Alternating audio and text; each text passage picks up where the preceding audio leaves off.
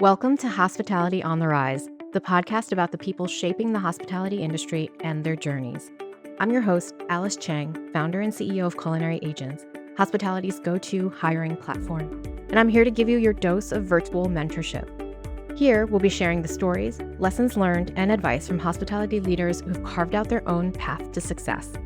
After all, this industry is where many get their start and go on to do incredible things. Whether you're a pro, starting out, or just love the hustle, this podcast highlights what makes hospitality extraordinary: the people. I'm so excited to have Chef Jamie Bissonnette with us here today. Jamie is the chef and founding partner of BCB3 Hospitality, which we're going to hear a little bit about here, which includes Somaek, Temple Records Bar, Sushi at Temple Records, Zurito, Shinshu Coffee, and a whole lot of heart and excitement. He's also the culinary board member of Spoonfuls, which is a Boston-based food recovery operation, the largest of its kind in New England, and the author of the new charcuterie cookbook, which we just chatted. Might have been the last time I saw you in person when you signed my copy of my book. I think it was in Aspen. Well, anyway, Yep. we're not Yeah. going to date ourselves here. But Jamie, thank you so much for joining us. So happy to be here. Thanks for having me. Yeah, so I'm going to have you take us all the way back to the beginning because you've done a lot of things here since. How did it all begin? How did you get into the hospitality industry? Hospitality. Let's see. When I was a kid, I went to a pizza party at my friend Chris Batera's dad's restaurant, La Trattoria, and they were like making pizza and hanging out in the dining room. It was like the classic, like son of a restaurant owner having his 10th birthday or 8th birthday or whatever it was in the restaurant before it opened. And I asked if I could see the kitchen, and I went in and I saw some dude carving a huge steamship round of beef and the stainless steel tables everywhere and ladles hanging. And I was like, wow, that's a really cool, shiny shit. I want to be here. And it just stuck with me. And I fell in love with food. Growing up, we didn't have a lot of food at home, like a lot of good food. We ate plenty, but it wasn't quality. A lot of canned things, different cans mixed together, classic late 70s, early 80s, suburban America. And after seeing a kitchen, I just thought about it all the time. I was enamored with them so much that I started working at a grocery store, and I kept finding myself wanting to be over by the meat cutters or in like the deli area making sandwiches.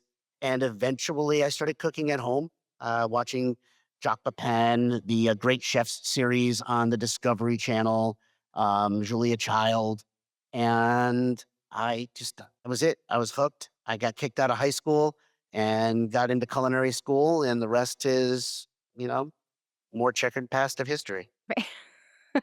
And did I see somewhere that you were a vegetarian at some point when you in your younger years? Yeah, when I was in my early teens, like 14, I became a vegetarian because mostly because of the music and like the crowd that I was rolling with. That it was the early 90s. I was really into straight edge hardcore punk rock. Being straight edge, we didn't drink, smoke, do drugs. A lot of us led a healthy lifestyle, or so we thought, of being vegetarian.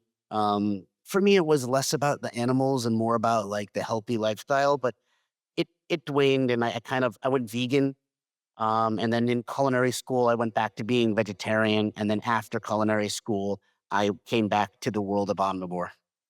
Yeah, and I mentioned that because when I was doing the pre stuff here, I found that to be interesting, especially because your book was the new charcuterie cookbook, and I was like, oh, this is a new fact I have to ask you about. So going back to kind of early experiences, were you already like, I'm going to own a restaurant one day? I can envision myself doing this, like.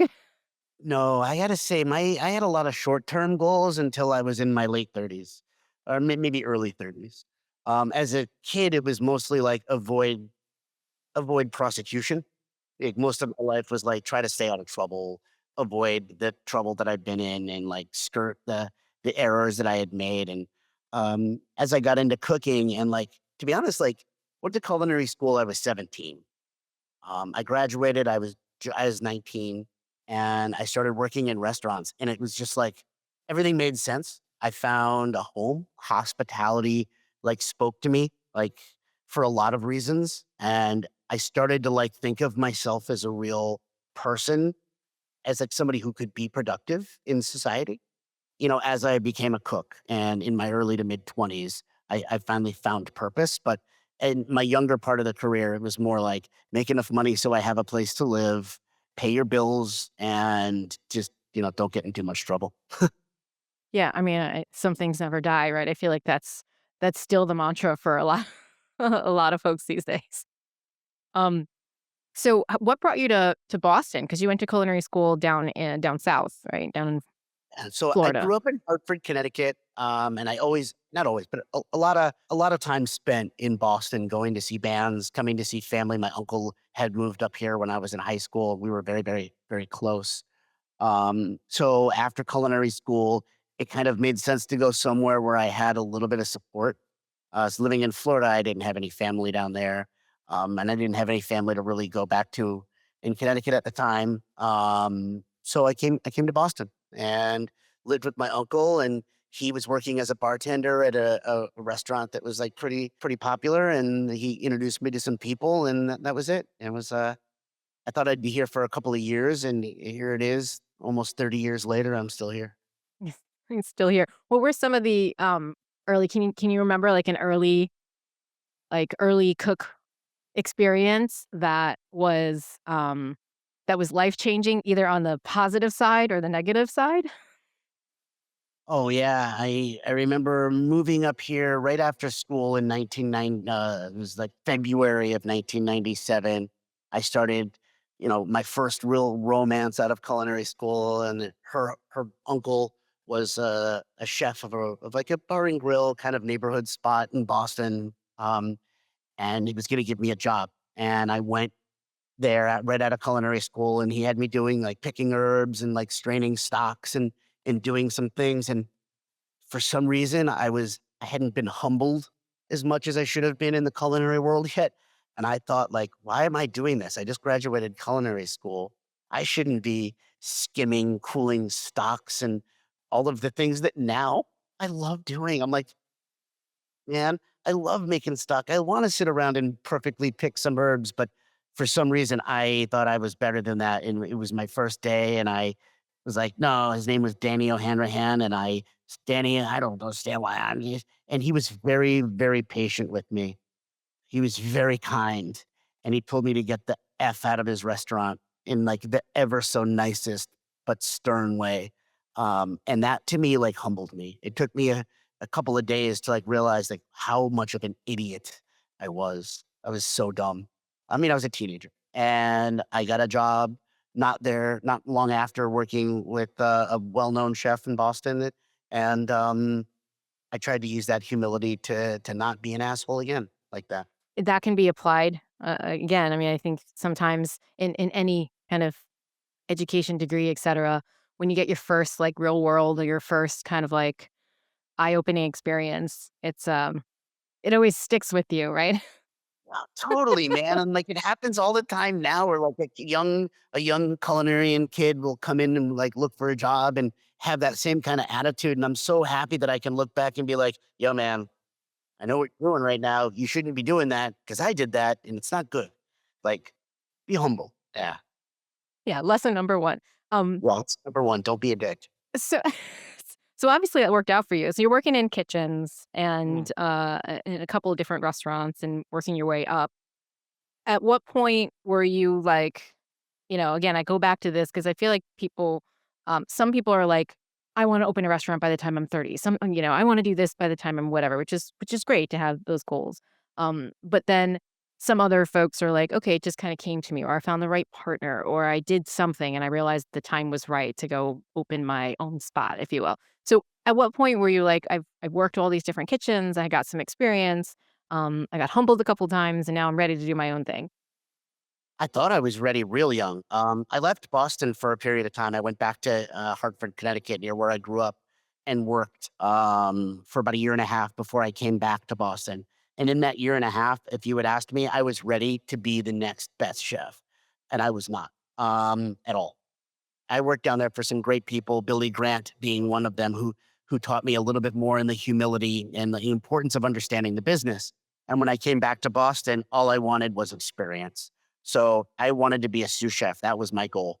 And I did that for a bunch of years. and eventually was given the opportunity to be the opening chef of a newer restaurant, which to me, I thought that was the closest I would ever come to owning a restaurant. Owning a home, owning a car, and owning a restaurant just seemed like things that would never happen to me. Like, I didn't have the financial means, I didn't have the family history to be able to support me in that way, so it never occurred that that would ever be something that would happen or that anybody would ever give me the money to do it, so it wasn't really even on my radar. I was just looking for a really good job where I could be creative, and it wasn't until putting in some hard work and opening up some restaurants and some pretty good accolades that that opportunity presented itself with a partner. A chef brought me in as his business partner, and then we opened up a bunch of restaurants together. Yeah, and you gloss over that you opened up a bunch of really awesome restaurants together, and you expanded beyond Boston. I'll rattle a couple of these. Toro, which also had a location in New York, very different, although, Mm. I had the pleasure of dining in many of these places, and I would remark, like, Toro Boston is like a different vibe, different I mean, there's, like, the commonality, but it's different experience than Toro, New Oh, York. dude, it was like walking into Wayne's World scene when he goes into the studio and he goes, "Oh, it looks like Wayne's basement." But, like, so that's what Toro, New York was to Toro, Boston. And then Toro, Dubai was even more so. And then Toro, Bangkok actually was more like Toro, Boston. It was small, it was intimate, it was funky, it was in a weird part of town. Obviously, none of those restaurants survived the pandemic, but man, it was really wonderful. Those were awesome opportunities to be able to travel and open up those restaurants. Yeah, and I could just see it. I love it for those of you who are listening and not watching. I could see it in your face. And we had met originally, I would say over a decade ago at Toro, New York, where you were kind and you continue to be kind with spending time with, myself and people in the industry. So thank you for that. Side note. Um, and so you opened all these great things. I also, I mean, Little Donkey, Copa. I mean, it's just really, really um, fun spots that combine this like local vibe and feel. Like you want to go there and hang out, but you also want to go there if you're feeling fancy. I don't know if that makes You sense, but um, it kind of like ran the gamut, which is really hard to do, right?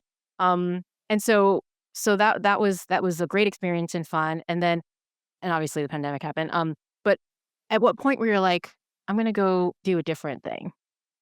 Because your new concepts are are uh, are it's a good are question. There different. was never a point where it was like, "Hey, I wanna break up, from my business partner and do something different." It just naturally happened. We just started to, like, go different directions in how we wanted to operate and what we wanted to do, and we just thought, "You know what? Let's just figure out a way to pull it apart and do it in, like, the most respectful way possible." And the way that that made the most sense because everything was so intertwined was I would step away, and as soon as I did, immediately I was like, "Wow, I've got a freedom to do anything." Whereas before having so many restaurants, but the bandwidth wasn't there to put into anything like a passion project. It was all of like, "Oh, if we're gonna do a new restaurant, how are we gonna make money? How are we gonna, what is our impact gonna be on the community? How are we still gonna be a part of the other restaurants?" So for me, with that newfound freedom, Somaek just seemed like the natural next step. So, as my now partners, Andy and Babak, we were all talking and like fantasizing about doing something together and looking at properties and like nothing was coming to fruition and we weren't forcing it. I was like, "Oh, what about this property is up? It doesn't look right for us. What about this? The lease deal sucks." And then this guy, Henry, came to Bobek and said, "Hey, I've got this space. It's right near one of your restaurants. I want out. It's been 25 years. I want to sell the business and I don't want to do it anymore. Do you have any interest?" And he and Andy came to me and they said, "Well, if you were going to do something here, what would it be?" And I was like, "Well, it's really small. It's really intimate. To be honest, I would love to do a Korean restaurant of like Hanchik style, like home cooked meals like I do with my mother-in-law and some of the food that we have at home as a family, because I was falling in love with it. And I'd been cooking it, at that point, we had been married for a couple of years. Song and I had just spent about a month in Korea with visiting family. And I was just like, that's really what I was cooking it at home all the time. I was like, I want to see if mom will help me open up with her recipes to do something that pay homage to that kind of Korean food. And then, of course, the landlord was like, "Well, if you guys are going to take it, you can have this space and you can have this space," which turned into Temple Records and Sushi at Temple Records organically, and we opened up all 3 at once. Yeah, I mean, it was always kind of like a going where the wind was taking us. It was like it was less planned than one would think. Yeah. You know, and I love thank you for sharing because oftentimes people talk about, you know, don't rush. And sometimes the space speaks to you, or sometimes things just don't feel right. Like, don't force something, whether it's a lease, a partnership with an individual or with a, landlord or whatever, right? The There's this little dish, like, bit it like happens everywhere, yeah.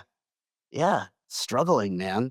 yeah, I mean, you got your next level creativity unlocked, and largely due to the fact, like, look, when you've done all the things you've done and you've built a name and a reputation for yourself, you have a little bit of flexibility, right? Pat yourself on the back a little bit. I'm gonna pat your back for you.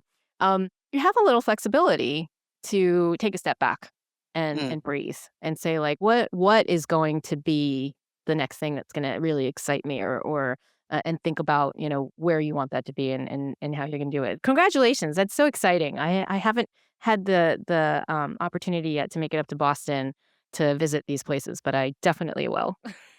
Please come. Yeah, would love to have I you. will. I will. So I have to ask, you make it sound so easy. We moved one space, you opened 3 restaurants at the same time. I mean, that's kind of wild. What was what was the biggest challenge with that? Right? Because 'Cause they're also 3 different concepts, or, they're not the same. Yeah. It's basically one property that has, like, sliding doors to connect them all. So, like, it's a shared kitchen for prep and a shared walk-in for everything, so it's kind of like having 3 restaurants in 1 restaurant. Luckily, I partnered up with Kenta Katagai, our sushi chef. He came in and he runs the sushi bar, so and he's just like such an amazing human being, so talented, so humble, so patient and kind that made the sushi bar very easy culinary wise. For us, our biggest struggle was training and monitoring the hospitality in the front. That was really difficult for us in the beginning. And it was hard because as we were doing it, we were 3 partners that were developing a partnership, not having ever really worked together. Andy and I have known each other since the 90s from working for Billy Grant at the same time. So, like, the history and the friendship and the trust was there, but we hadn't divided and conquered during service before. So, like, that was not without its hiccups, but man, what a bonding experience, and I wouldn't have wanted to do it with any other guys in the world. It was so awesome. But I would say that that was one of our biggest hiccups was just understanding how to work together, what the expectations were of that. And then, of course, the operational things that always come up. Yeah, business as usual. I mean, nowadays it's like, yeah, whatever, just add it to the pile. Yeah, yeah. Finding a purveyor that specialized in, like, the Korean ingredients that we wanted, it was hard at first. And finding staff that wanted to work in a narrow record bar where the bartenders would have to flip records, every 20 minutes or so to flip each side of the LP. Like, that was difficult. Yeah, yeah. A lot of difficult parts, but just so many, like, really great small victories that just felt really good, so Yeah. I hear you. How do you keep yourself I mean, it sounds like, I love doing these because when somebody gets to talk about, obviously, something that they love and they're passionate about, you can just feel it and see it all over their face and their body language. So I'm just, like, sitting here, like, smiling. Um, where do you find your ongoing inspiration now? Now that you've got a couple of locations, probably have plans to expand at some point if I had to guess. probably. I get inspiration from everything, like, if sometimes, you watch a K-drama and you're like, "Oh, man, that gimbap she's eating looks good. I wanna make gimbap." And then you go on the internet and you, like, go down a wormhole and you're like, next thing you know, you're watching a video of some Ajumma making something that you haven't had in years, and, like, it could be that. It could be opening up a cookbook at home if I'm, like, just hanging out on a day off, like last night, Song and I hung out, and she had made this really awesome baked pasta, so I wasn't cooking dinner, which was great, and we're hanging out playing backgammon, and behind her, where we were playing backgammon, is the bookshelf, and I'm looking at some of the books on the bookshelf, and after we're done, I grabbed a couple of books and pulled them out, and then this morning, I was reading through some old Spanish cookbooks, getting inspiration for Zurito, and it just kind of wherever you can find it, and however you can.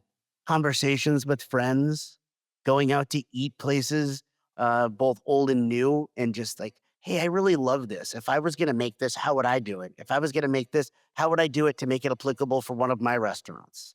Um, everything. I mean, inspiration comes from everywhere if you just keep your eyes open, I think. Yeah, I was gonna ask you what advice you have for, folks starting out a little bit earlier on their career on how to, stay inspired, stay creative. But I Best think you just inspiration, like, for that, like, I think my best advice is stay quiet unless you're asking a question, and then just listen and observe. You don't have to agree with every old dog and every old chef and every old bartender's opinion, but you can learn from it. And by opining and telling them why you disagree with them, you're shutting off the conversation. So I feel like every young culinary person, front of the house, back of the house, be more like improv in life. Like, I was not like this. I wish I was better at this, but be more improv and keep the conversation going. Even if you're learning something that you're not going to do, you're learning, and learning is the most important thing that you can do besides travel in our industry. yeah, yeah, and I'm gonna tag on to that and ask you a question about, about yourself. Did you did you notice anything about how you've approached things differently over the years other than, a couple examples that you gave already? Like, was there your approach to, I would say how you identify leadership or people you want to bring into the fold with you, right? Because obviously when you're opening your own business, it's very important on all levels. When you bring in leadership, when you're bringing team members, those are also really important as well. Yeah. I think, one of the, hmm, that's a really good question, man. I would say, like, I look back and I wanna, like, write a letter like Daniel Boulud's Letters to a Young Chef. I wanna, like, write myself a letter and put it in a DeLorean and send it back to who I was 20 years ago and tell me not to be all of these different ways, right? And I guess my advice, I really don't know how to answer that without going on, like, a really long, like, spiel about mental health and expectations and boundaries, and I want to bring people into the fold that I can have honest, good conversations with. I used to look for the most creative, the most driven, the most that were gonna, like, wanna jump through hoops and, like, push, push, push. And as much as I want that again, I don't. I want people who wanna slow down, be contemplative, that understand the importance of hard work, but also understand the importance of taking care of each other. I used to preach, you gotta put the mask on yourself before you can put on the masks for other people when the cabin pressure changes, but I never practiced it. Like, I thought I did, but I didn't. And I think for me, slowing down is a huge thing. The badge of honor of working the line and being, a 7 days a week in the kitchen, that was my identity for 20 plus years. And I've realized that it helped me and it suited me there. But I'm at an age and a point now where it clouds my mind. So I want to work with people that can be like that can sometimes take a step back and realize that just because we've done it that way for a year doesn't mean we can't change it tomorrow. Just because we came up in an industry where this was expected doesn't mean we need to expect that now. I guess growth. I want people who are growth minded, not just in business, but like developmentally. That's what I'm looking for.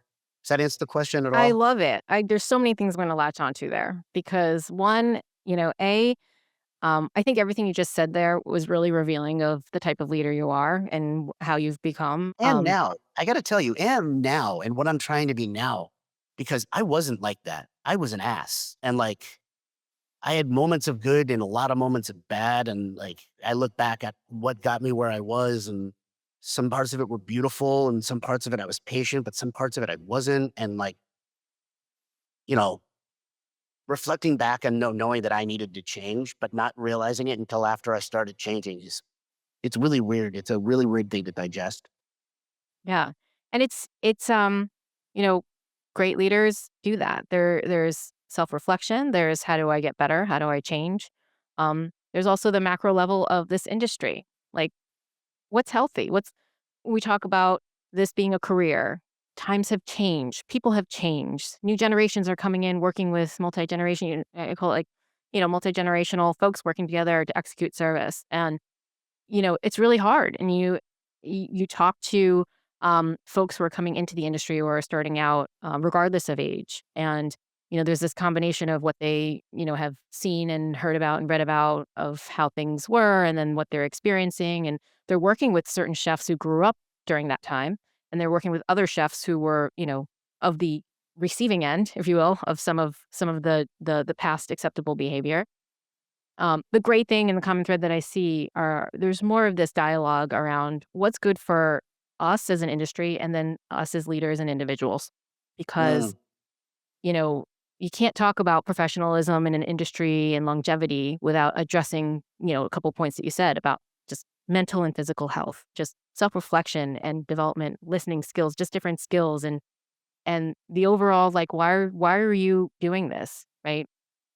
You want the people that are aligned with what, the reasons why you're doing and what you're hoping to accomplish versus others who have their own agenda, which is fine, right? But that's not necessarily a match of both who you want to work with and who they might want to work with as well. So that was also a little bit of a subliminal recruiting, I would say, like yeah, conversation, right? Those of you who are looking for this type of, work environment, here you go, right? yeah, yeah. Wow, I can kind of just stop right there, but we got a couple minutes. Um, I, I think that we should just move to quick fire. But before we do that, I will say, as I mentioned briefly before, I've known you for over a decade. Mm, You have always, obviously, you're sharing that you've changed over the years, in your leadership and growth and all that. I've always been very appreciative of your kind and calm nature. Um, so, take that for what you will, as you continue growing and building your teams. On that note, we're gonna go to quickfire. What advice would you tell your younger self? slow down. What's your advice for someone struggling in the industry? It depends on how somebody is struggling in this industry, but I would say generally ask for help. It's out there. There's people that can relate to you, and there's people that want to help you get better at whatever you're struggling with. What's your advice for fellow hospitality leaders? Remember that hospitality is top down. If you don't take care of the people that you're with every day, you can't take care of the strangers that are walking into your establishment. All right. On that note, Jamie, thank you so much for taking the time to My share pleasure. your career path and your advice. So nice to see you again, and look It's yeah. forward to more great things from you and your teams. Thank you. Thank you. Remember, success looks different for everyone in hospitality. No two paths are the same. If you have a leader or a topic you want to hear about, email media@culinaryaagents.com. Hospitality on the Rise is brought to you by Culinary Agents, connecting top talent with employers since 2012. Whether you're hiring or looking for your next opportunity, join us at culinaryaagents.com. For more inspiration, subscribe to Hospitality on the Rise and visit hospitalitycareerpaths.com, a free platform by Culinary Agents. Thanks for tuning in. Remember to like, follow, and subscribe. And if you love this episode, share it with someone who could use a little inspiration.